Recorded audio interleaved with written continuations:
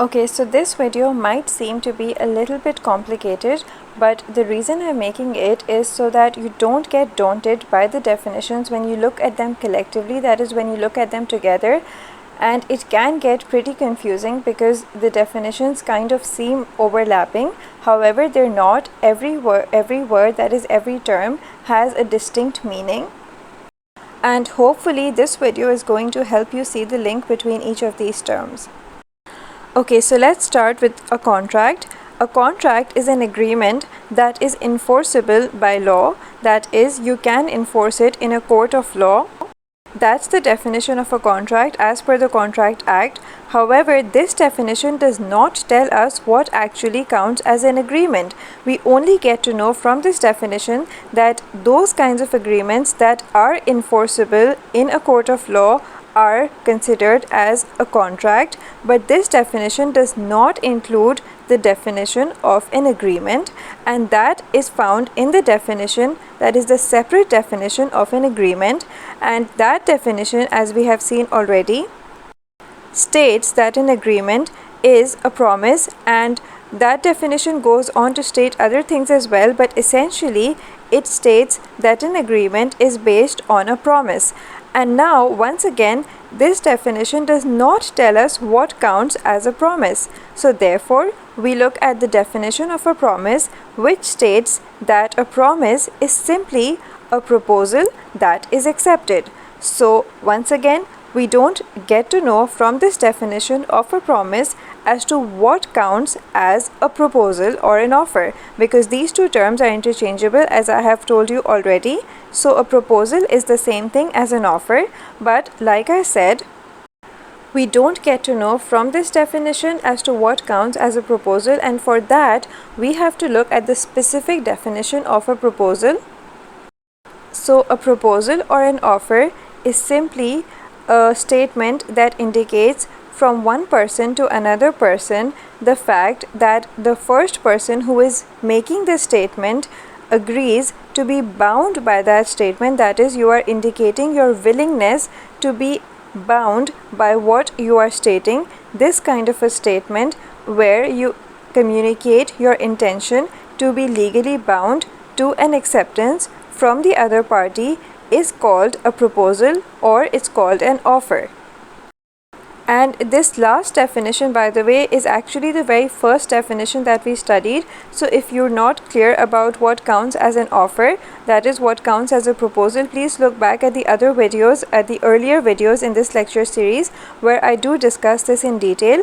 But for now, to repeat the link, and this time it's going to be the other way around. So let's start at a proposal. So first and foremost, you have to have a valid offer, that is a proposal coming from one party to another party. That is, one party makes a statement to another party, and that statement should indicate a willingness to be bound by the acceptance of the other party if that acceptance takes place. That is, however, the definition of a proposal or an offer does not tell us what counts as a promise. So we go on to the definition of a promise. So the definition of a promise now tells us that once an offer, once a proposal is made from one party to another party, then as soon as the other party accepts that proposal, accepts that offer, then a promise comes into existence, and therefore a promise is simply defined as a proposal that has been accepted.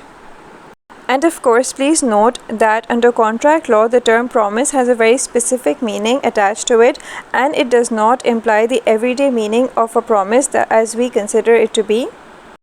And now we come to the definition of an agreement, and like I've said earlier, an agreement is simply a promise that is supported by consideration, and what counts as consideration is further defined later on when we consider the essentials of a valid contract. For now, don't worry about the term consideration if you don't know what it means, but just remember that the definition of an agreement does not include the definition of a promise. So for that, we just saw that the definition of a promise is simply an accepted proposal.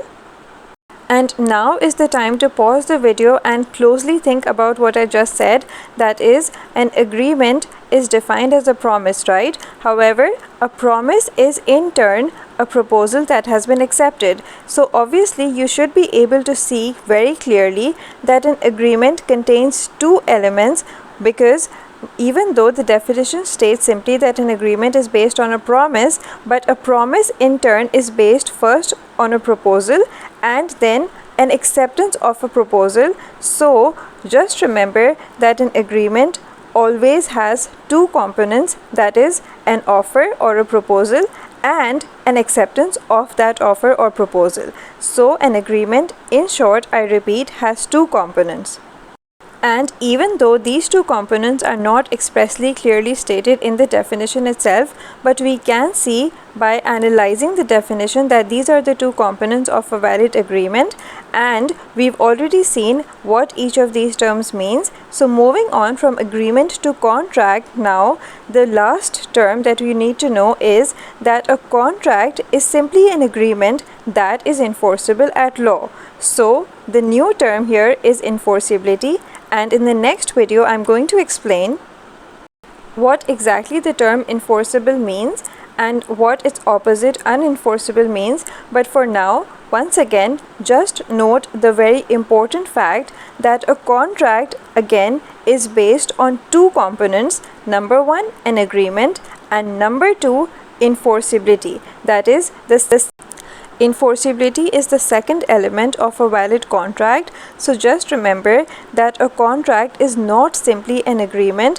Why? Because there is another element to it, and that element is termed as enforceability, and this element is absent from the definition of an agreement. So the difference between a contract and an agreement is simply that a contract is an agreement that is enforceable, where an agreement is simply an agreement which is not going to be enforceable on its own, all alone, until and unless there is the added element of enforceability.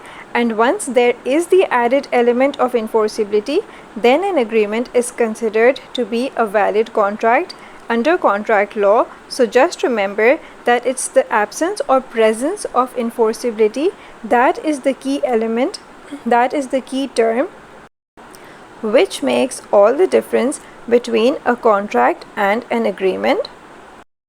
So please pardon my voice, by the way. Moving on from the last step, that is from agreement to contract, I repeat for the last time that the difference between these two is that the contract is one that is enforceable and an agreement is not.